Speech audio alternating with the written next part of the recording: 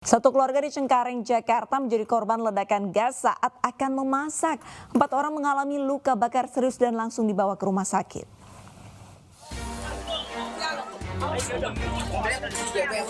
Iya, di sini aja, di sini. Sedikitnya 4 orang mengalami luka bakar serius akibat tertimpa asbes rumah di kawasan Jalan Sejahtera, Cengkareng, Jakarta.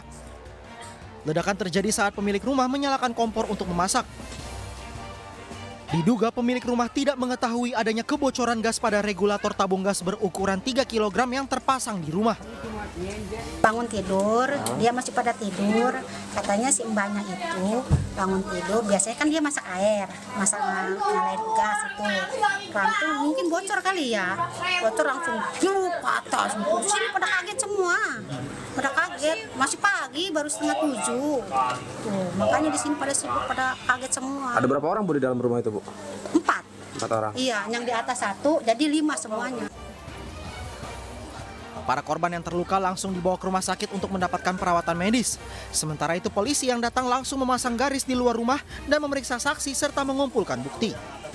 Dari Jakarta, Miftahul Gani, iNews melaporkan. Hujan deras disertai tiupan angin kencang melanda Deli Serdang, Sumatera Utara menyebabkan ibu dan anak meninggal.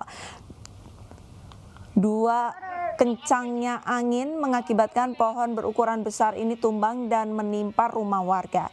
Dalam peristiwa ini, 2 warga meninggal dunia sementara 1 orang mengalami luka-luka. Kedua korban tewas merupakan ibu dan anak. Pohon jati berukuran besar diduga tidak kuat menahan terjangan angin dan ambruk menimpa korban. Sementara 1 orang mengalami luka berat sudah dibawa ke rumah sakit terdekat. Saat ini kedua jasad korban sudah disemayamkan di rumah duka. Polisi menggeledah ulang kamar indekos musisi Virgon di Pasar Minggu, Jakarta Selatan. Penggeledahan ulang ini guna mencari bukti lain terkait kepemilikan narkoba jenis sabu.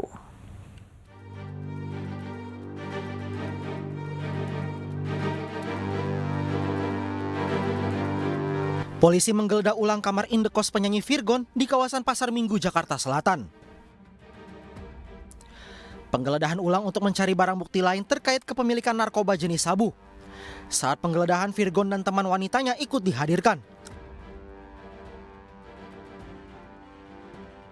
Namun tidak ada barang bukti baru yang ditemukan. Polisi kini telah mengantongi identitas pemasok narkoba kepada Virgon.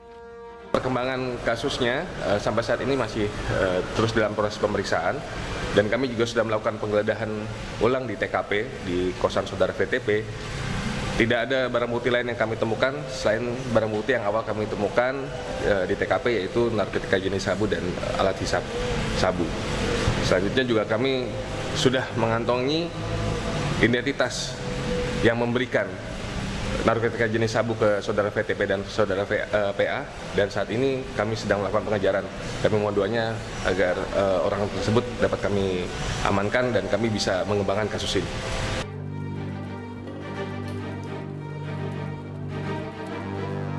Sebelumnya musisi Virgon diringkus polisi di kamar indekosnya pada Kamis dini hari. Mantan suami Inara Rusli ini diringkus bersama teman wanitanya berinisial PA. Saat penangkapan, polisi menemukan barang bukti 1 klip sabu dan alat hisap. Kemudian dari hasil tes urin, Virgon dan PA dinyatakan positif mengonsumsi narkoba jenis sabu.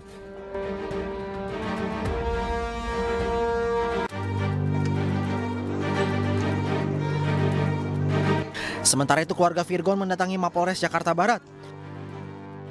Keluarga Virgon mengajukan keringanan terhadap Virgon dengan mengikuti rehabilitasi kepada polisi.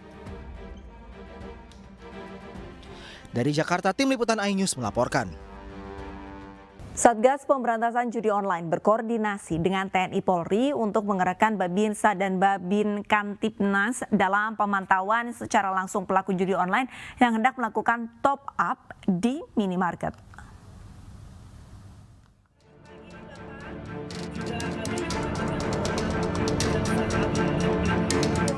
Hal ini dikatakan oleh Ketua Satgas Pemberantasan Judi Online sekaligus Menko Polhukam Hadi Cahyanto dalam acara Fun Walk di lapangan Bayangkara Mabes Polri, Jakarta Selatan.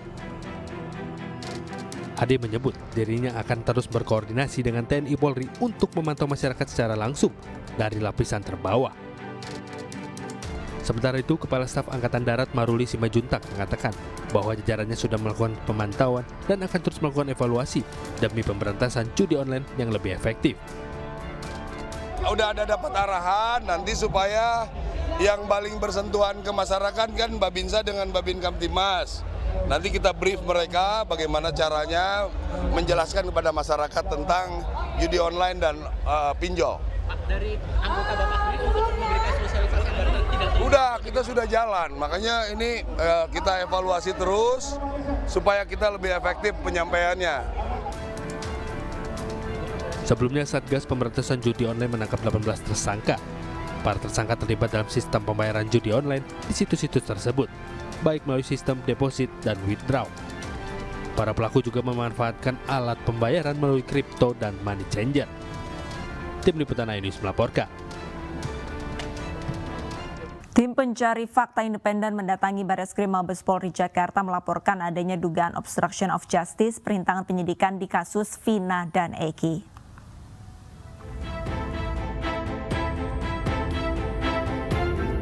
Hari ini sekelompok pengacara yang tergabung dalam tim pencari fakta independen mendatangi Barreskrim Mabes Polri Jakarta untuk melaporkan dugaan upaya perintangan penyidikan dalam kasus pembunuhan Vina dan Eki 2016 lalu. Tim ini mengklaim memiliki bukti bahwa keluarga dan pengacara terpidana inisial E mencoba memberikan uang untuk memberikan kesaksian kepada saksi T. Jadi saya tutup dulu nama-nama terlapornya di sini siapa. Oke. Jadi kita melaporkan karena kita menemukan bukti bahwasannya saksi T, ya, saksi T didatangi oleh keluarga terdakwa, terpidana, keluarga terpidana, dan keluarga terpidana ini atas nama dari keluarga E, ya, mencoba untuk memberikan uang kepada saksi T untuk mengubah keterangannya, ya, agar sesuai dengan apa yang mereka minta. Tidak hanya itu, dugaan adanya identitas ganda juga disampaikan dalam pelaporan ini. Dugaan identitas ini terkait dengan nama, ya. Jadi kita ketahui sesuai dengan Undang-Undang Data Perlindungan Pribadi itu dilarang, nggak boleh. Kalau memang nama kita satu ya itu aja. Ada sanksi pidana yang mengatur terkait dengan dua identitas nama seseorang. Itu merujuk kepada pihak? Ya itu, makanya ini kita simpan dulu ya, biar nanti Mabes Polri nanti akan menjelaskan terkait dengan laporan kita. Tim pencari fakta independen ini juga meminta polisi segera mengusut jika ada upaya-upaya obstruction of justice perintangan penyidikan yang semakin membuat kasus Vina dan Eki semakin rumit. Tim Liputan iNews melaporkan. Kapolri Jenderal Listio Sigit Prabowo meminta institusinya profesional dan transparan dalam menangani kasus Vina Cirebon. Kapolri juga meminta proses hukum terhadap tersangka Peggy Setiawan dilakukan dengan scientific crime investigation atau investigasi berbasis ilmiah. Rekan-rekan melihat bahwa terkait dengan kasus Vina ini kan menjadi perhatian publik. Kami sudah pesan kepada Polda Jawa Barat dan juga menurunkan tim asistensi dari Propam, dari Irwasum, dari Barreskrim Polri karena memang peristiwanya terjadi 2016. Hingga kita minta bahwa ini menjadi perhatian publik, hingga kita minta semuanya untuk turun melihat peristiwa yang terjadi, walaupun saat ini sebenarnya kasus tersebut sudah ada di pengadilan, ya, sudah ada putusan inkrah kasasi, namun demikian kami minta untuk didalami. Tentunya ini ada proses yang sedang dilaksanakan oleh Polda Jawa Barat terkait penanganan Peggy, ini juga menjadi perhatian publik. Saya minta untuk itu juga, apabila memang betul diproses, maka alat buktinya harus cukup dan tentunya akan lebih baik apabila semuanya dilengkapi dengan scientific crime investigation, artinya itu adalah bukti yang tidak terbantahkan. Namun demikian tentunya ada alat-alat bukti, barang bukti lain yang juga tentunya diatur di dalam KUHP yang harus dilengkapi oleh rekan-rekan. Saya kira kami minta agar kasus tersebut betul-betul ditangani secara tuntas, profesional, transparan, karena Pusat perbelanjaan di Bekasi, Jawa Barat terbakar. Para pengunjung mal berhamburan keluar gedung untuk menyelamatkan diri. Asap hitam mengepul di sekitar pusat perbelanjaan mal. Para pengunjung berhamburan terlihat panik keluar dari gedung. Para pengunjung juga terlihat berlarian menggunakan jalur parkir mobil. Asap terlihat berada pada sisi gedung pun masih mengepul. Anggota Damkar Kota Bekasi diterjunkan untuk mengatasi kobaran api dan saat ini anggota Damkar juga masih mencari titik sumber api.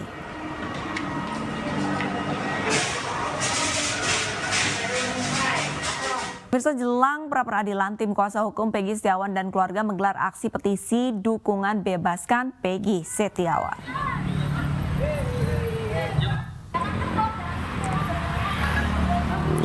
Aksi tuntut bebaskan Peggy ini dilakukan di flyover Talun, Kabupaten Cirebon, Jawa Barat.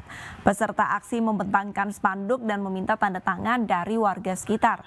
Selain meminta dukungan, tim kuasa hukum dari Peggy Setiawan juga membagikan stiker serta meminta doa untuk segera dibebaskan.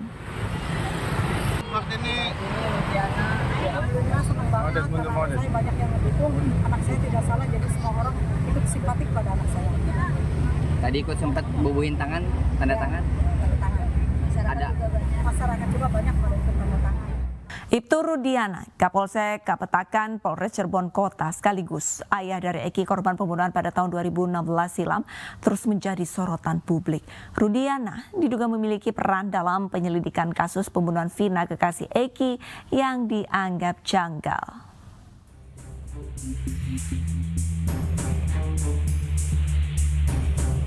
Tahun 2016, Rudiana menjabat sebagai Kanit Narkoba di Polres Cirebon Kota, Jawa Barat.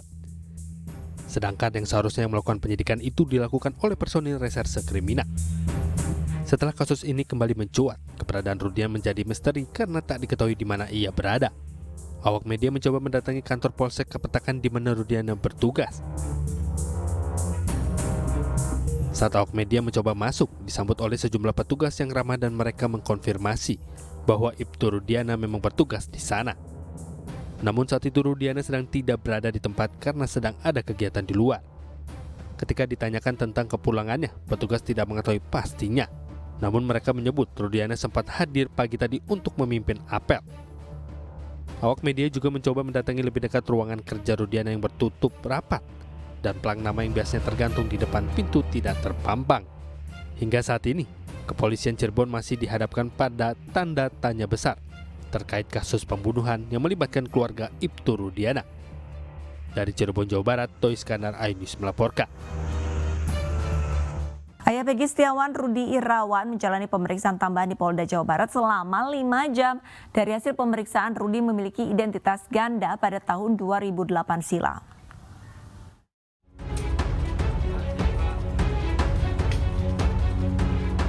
Setelah 5 jam menjalani pemeriksaan tambahan oleh penyidik, ayah Peggy, Rudi Irawan, keluar bersama tim kuasa hukum dari gedung Direktorat Reserse Kriminal Umum Polda Jawa Barat, Kota Bandung.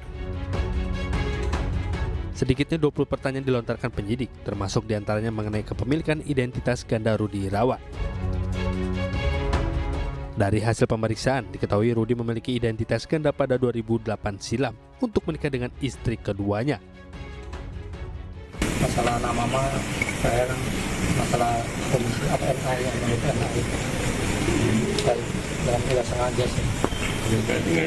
Itu sejak tahun tambahan aja. Jadi terkait untuk perubahan bukan untuk kepentingan yang lain. Yang pada intinya supaya menjaga keharmonisan keluarga dari istri pertama. Jadi tidak ada unsur yang lain seperti yang diduga oleh rekan-rekan yang itu di luar gitu, di luar sana. Itu mungkin urgensinya, tidak ada yang lain, tidak ada motif untuk melakukan merugikan orang lain lah. Dan dilakukan sebelumnya gitu. Dan dilakukan itu dari tahun 2008. Sedangkan perkara yang ditujukan sekarang kan diarahkan ke ada perubahan semenjak dekat ke tahun 2016. Sebelumnya, ayah Peggy mendatangi Mapolda Jawa Barat untuk memenuhi panggilan pemeriksaan tambahan dari penyidik pada pukul 1 siang Jumat kemarin. Pemanggilan ini dilakukan jelang sidang pra-peradilan Peggy Setiawan yang rencananya digelar Senin 24 Juni 2024. Dari Kota Bandung, Jawa Barat, Yuan Pangestu, iNews melaporkan. Sebelumnya, Kadif Humas Polri dalam konferensi persnya menegaskan polisi tidak salah tangkap terhadap tersangka Peggy. Bahkan kepolisian menyebut jika memang tidak ada masalah, kenapa Ayah Peggy mengenalkan Peggy ke ibu kos dengan nama Robi. Kalau masalah kenapa kok Peggy itu yang jadi tersangka? Bukan Peggy itu, ya memang itu pelakunya. Kenapa Peggy itu yang jadi pelakunya? Karena awalnya misalnya, sebagai tanda awal, kalau memang tidak ada masalah, kenapa Peggy ketika dikenalkan ke ibu kos yang di Bandung dengan nama Robi? Buat apa? Logikanya aja. Kenapa mengenal anaknya dengan nama yang lain? Nah, itu juga nanti kelanjutannya ada di penyidikan yang nanti. Sebelumnya pemirsa, praktisi hukum Resman Arif Nasution mencecar Ayah Peggy Setiawan, Rudi Irawan, terkait identitas ganda yang dimiliki Ayah Peggy. Identitas ganda Ayah Peggy terungkap dalam program Rakyat Bersuara iNews 2 pekan lalu. Benarkah Bapak menggunakan dua identitas, Pak? Maksudnya gimana, Bung Rasman? Saya mendapat informasi Pak Rudi ini menggunakan dua nama. Nama Bapak satu Rudi Irawan, itu kalau di Cirebon, kalau di Bandung menggunakan nama Asap Rudi. Benarkah itu, Pak? Betul, Pak. Itu masalah, kenapa Bapak menggunakan dua nama itu, Pak? Itu masalah perkawinan, Pak. Kenapa dengan perkawinan Bapak? Perkawinan itu istri yang tua tidak tahu, Pak. Saya kawin di sini lagi, Pak. Gitu. Oh, jadi dengan Bapak menikah terus Bapak memalsukan identitas Bapak? Tidak, Pak. Tidak sama saya. Itu memalsukan, Pak. Maksudnya Bapak di Bandung namanya berbeda karena dengan istri kedua begitu? Iya, Pak. Oke. Perkawinan, Pak. Jadi Bapak menikah di Bandung tanpa izin istri pertama, terus Bapak merubah nama Bapak? Betul, Pak. Bapak merubah identitas juga? Itu saya... Merubah kakak juga? Sebentar, ini nikah siri maksudnya? Nikah, betul, Pak. Nikah ini nikah benar, Pak. Berarti KUA. Bapak punya dua kakak? Nikah KUA, Pak. Iya, Bapak punya dua kartu keluarga? Betul. Betul. Punya dua KTP? Satu, Pak. KTP-nya yang mana, Pak? Ya. Sebentar, Pak. Pak, berarti Bapak mengakui bahwa Bapak telah memalsukan identitas, betul? Oke. Sebentar, Pak. Saya mau tanya Bapak, bukan tanya pengacara Bapak. Nah, mungkin dibantu. Yang melakukan Bapak. Bentar, maaf, Pak Dendi. Saya bantu, Pak. Sebentar, Pak Dendi. Saya bantu, Pak, Bapak pelaku langsung, Pak. Kecuali Bapak tidak ada di sini. Bapak, benar Bapak melakukan pemalsuan identitas? Tidak, Pak. Bapak sudah ditanya penyidik kan, Pak? Saya akan baik, bantu. Saudara Pak. Aiman, saya melalui forum yang terhormat ini supaya kita nggak berbelit-belit. Kasihan dua nyawa manusia sekarang, Pak. Tapi apa kaitannya dua ada nama dong, itu? ada. Kenapa?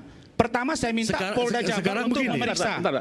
Saya jelasin apa dulu. kaitan dua nama dengan kasus pembunuhan? Apa hubungannya antara dua nama dengan masalah kasus pembunuhan? Saya jelaskan, Pak Dendi. Oke. Berdasarkan kerangka berpikir saya dan apa yang disampaikan oleh Pak orang tuanya Peggy ini, di sini saja dia sudah jelas membuat dua pernyataan yang berbeda.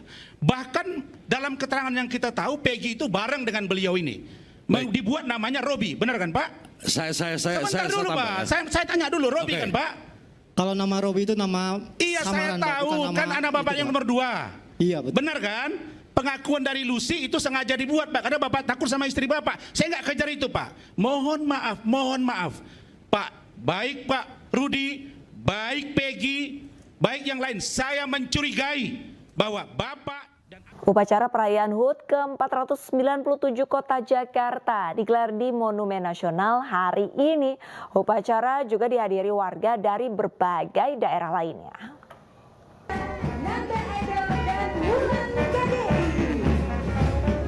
Sejumlah rangkaian acara digelar untuk memperingati HUT ke-497 Jakarta. Salah satunya dengan upacara peringatan yang digelar di Monumen Nasional hari ini. Sebanyak 1.700 orang berbaris lengkap dengan seragam, mulai dari aparat TNI Polri hingga siswa-siswi SMP dan SMA. Upacara dipimpin oleh PJ Gubernur Heru Budi dengan tema Jakarta Kota Global Berjuta Pesona. Peringatan HUT tahun ini menandakan peralihan status ibu kota negara menjadi kota global. Ulang tahun DKI Jakarta yang ke-497. Semoga Jakarta ramah untuk masyarakatnya, aman untuk ditinggali dan juga ke depan bisa mengantisipasi, mengatasi problem-problem yang tentunya ke depan cukup banyak dan tantangannya luar biasa. Puncak perayaan ulang tahun Jakarta akan digelar malam ini mulai dari pukul 6 sore hingga 11 malam di kawasan Monas. Dari Jakarta, Tim Liputan iNews melaporkan. Sementara itu di Ancol, perayaan HUT Jakarta ke-497 Ancol hari ini menghadirkan konser musik yang dihadiri oleh musisi terkenal Indonesia. Ribuan penonton mulai memadati area konser dari sore hari dan banyak pengunjung yang menggunakan baju berwarna hitam. Pada tahun ini, Ancol memberikan program khusus pada tanggal 22 Juni 2024, di mana dengan membeli satu tiket bisa mengakses semua wahana, termasuk menonton konser Dewa.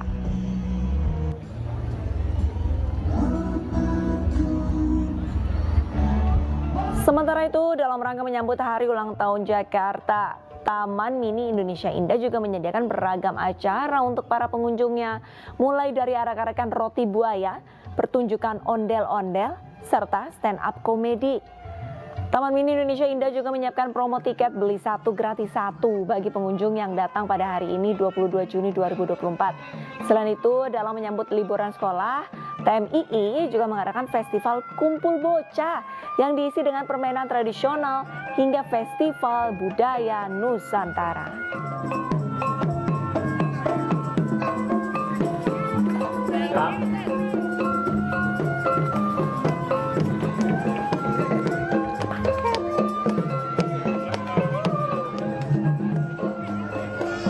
Peringatan Hari Ulang Tahun Jakarta ke-497 disemarakan dengan berbagai pertunjukan kesenian. Salah satunya Gebyar Seni Budaya Setu Babakan.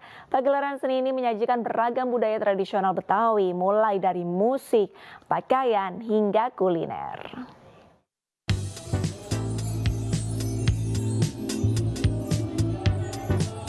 Merayakan Hari Ulang Tahun Jakarta, warga antusias menyaksikan berbagai pertunjukan seni yang digelar di Setu Babakan, Jakarta Selatan pada Sabtu sore.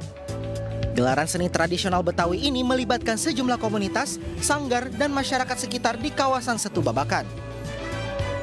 Ragam atraksi disajikan mulai dari pameran pakaian Betawi dari masa ke masa, penampilan musik roncong, gambang kromong, tari kreasi Betawi, sendera tari, hingga bazar kuliner khas Betawi. Dilaksanakan sejak pagi hingga pukul 9 malam, gebyar seni digelar guna menyemarakan peringatan Hari Ulang Tahun Jakarta ke-497. Dan ini merupakan salah satu upaya untuk mengenalkan kesenian Betawi kepada generasi muda dan seluruh warga masyarakat di Jakarta Selatan. Salah satu tujuannya adalah agar bagaimana seni-seni tradisi Betawi itu tidak punah dan terus bisa dilestarikan. Diketahui gelaran seni yang diinisiasi oleh Perkampungan Budaya Betawi ini merupakan bentuk pelestarian budaya di era gempuran modernisasi. Diharapkan melalui kegiatan ini, kearifan lokal dan nilai-nilai budaya bangsa dapat ditanamkan dan dijiwai khususnya oleh para generasi muda agar senantiasa menghargai budaya sebagai jati diri bangsa. Dari Jakarta, Galuh Pandu, Ahmad Putra, iNews melaporkan. Perayaan ulang tahun Jakarta ke-497 tahun ini dirayakan di berbagai lokasi, dan untuk mengetahui bagaimana suasana perayaan ulang tahun Kota Jakarta, sudah ada rekan kami Ayah Nufus di kawasan Kota Tua dan Syahreza Zanski yang berada di Pekan Raya Jakarta Kemayoran. Namun kita ke Ayah terlebih dahulu. Selamat malam Ayah. Bagaimana perayaan ulang tahun Jakarta di kawasan Kota Tua? Apakah meriah di sana ya?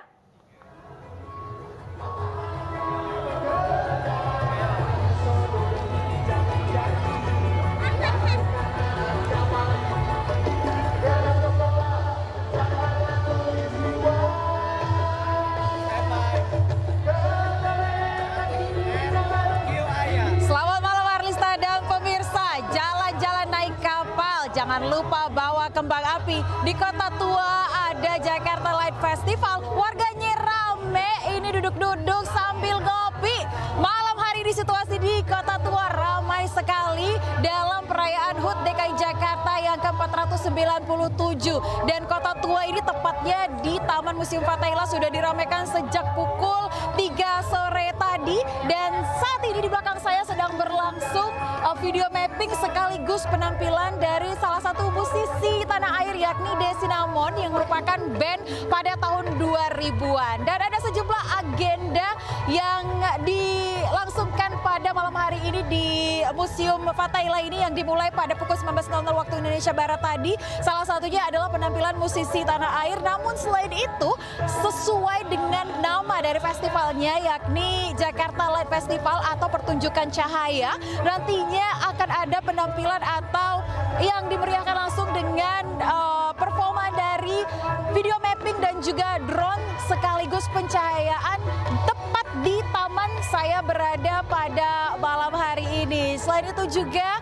di sekitar dari Taman Museum Fathahillah ini sudah berjejer berbagai macam makanan-makanan lokal, mulai dari kerak telur, telur gulung, kemudian juga minum-minuman dan yang bermacam-macam anekanya disuguhkan untuk seluruh masyarakat yang datang, tidak hanya dari Jakarta saja namun juga dari Depok, Tangerang dan sekitarnya. Malam hari ini meriah sekali Arlisa dan juga pemirsa, karena memang ini merupakan momen berharga yang mana tahun ini merupakan tahun terakhir perayaan DKI Jakarta menyandang status sebagai ibu kota, sehingga memang ramai sekali masyarakat yang hadir pada malam hari ini untuk juga menyaksikan pada penutup nanti yakni pertunjukan kembang api. Sementara demikian Arlista. Baik, terima kasih banyak Ayah. Pemirsa, dari Ayah kita beralih ke Syahreza yang berada di PRJ ataupun Pekan Raya Jakarta Kemayoran. Selamat malam Reza, di hari ulang tahun Kota Jakarta, bagaimana kemeriahan PRJ di sana?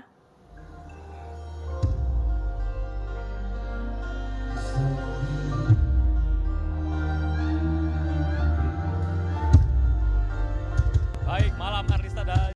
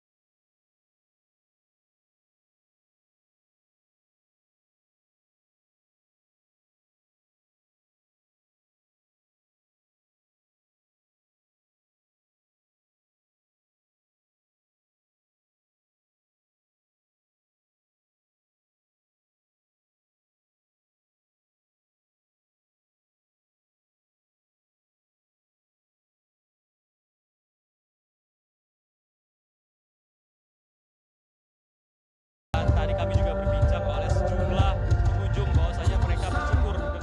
Baik, terima kasih banyak atas informasinya Reza. Sayang sekali audionya tidak terlalu dengar, tapi bisa saya lihat kemeriahan di PRJ di sana. Berbagai macam hiburan diselenggarakan untuk para pengunjungnya. Terima kasih banyak rekan-rekan. Kita ke informasi selanjutnya pemirsa. Menteri Pertahanan sekaligus Presiden terpilih Prabowo Subianto bertemu dengan Ketua Partai Koalisi Indonesia Maju. Pertemuan tersebut diunggah Prabowo di akun media sosial pribadinya. Namun menanggapi hal ini AHY, Ketua Umum Partai Demokrat, menyebutkan bahwa pertemuan tersebut bukanlah membahas masalah politik.